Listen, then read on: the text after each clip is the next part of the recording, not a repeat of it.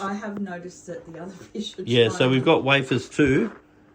So putting in some wafers at night's a really good idea because the other fish can pick on the wafers.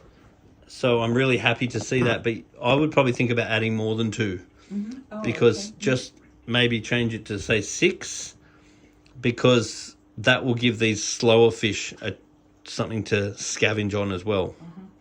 And this Moby Dick is being pretty aggressive. I know, that's why we call him Moby Dick, so because he's a bit of a dickhead. Yeah, well, just to be aware too that if Moby Dickhead starts pissing you off because it's chasing all the fish, we can always get rid of Moby Dickhead.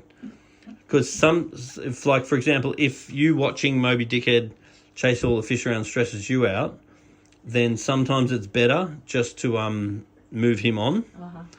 And then what you do is probably replace him with another couple of smaller fish because the key to cichlids is that you have plenty of them. And in this case, that's been really important because the fact that Moby Dickhead is aggressive, the fact that he's got lots of fish just to terrorise, it means that he's not individually picking on one. Yeah. So if you didn't have many fish, then there's a risk of him wearing down and killing some of the fish. Got to keep an eye on this guy too. A Radis can be very aggressive. Oh, really? The stripy one? Yeah, they can be very aggressive. But ultimately, in a cichlid tank, what really counts is who the boss is. And if you've got a good boss and he gives everyone a bit of a push and doesn't hurt them, then that's okay. Moby Dick's sort of like on the borderline, I think, because Venustus are usually a pretty good boss. This Radis is a very bad boss. So providing that he's just chasing them and he's not hurting them, it's not really the end of the world. But some of the fish are looking a little bit shabby, and that would be from Moby Dickhead. So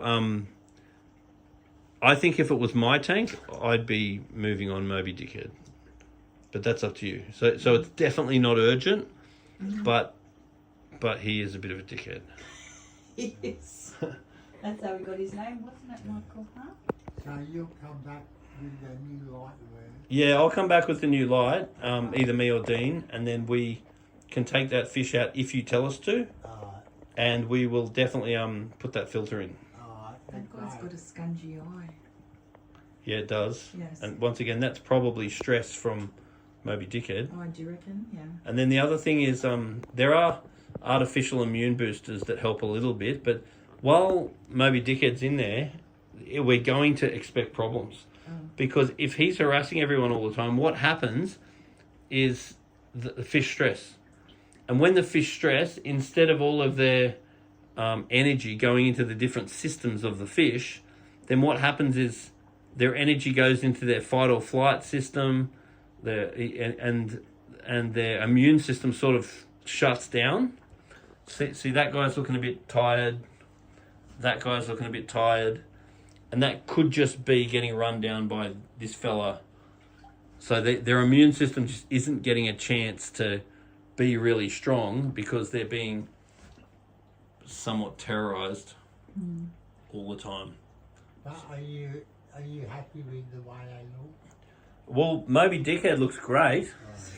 He looks healthy and he looks happy. And but he's having a great life. He's having a great time. But looking at the other fish, I think the other fish are getting worn down by him. And mind you, a lot of the time when you're standing right in front of your fish, usually they behave better. Oh. And then when you're not watching them, like, because sometimes I've had people where their fish are getting constantly bashed and then they're complaining that the something wrong with the fish. And then I've put a video camera on the tank. While you're not there, the fish are way worse when you're not there. Oh.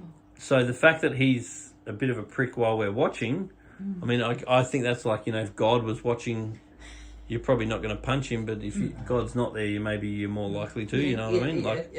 So yeah, okay. I think that I'd get rid of him anyway. That's my vote.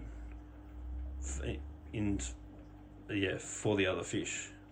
I mean, he's a beautiful, healthy fish, but he can be a beautiful, healthy fish somewhere else.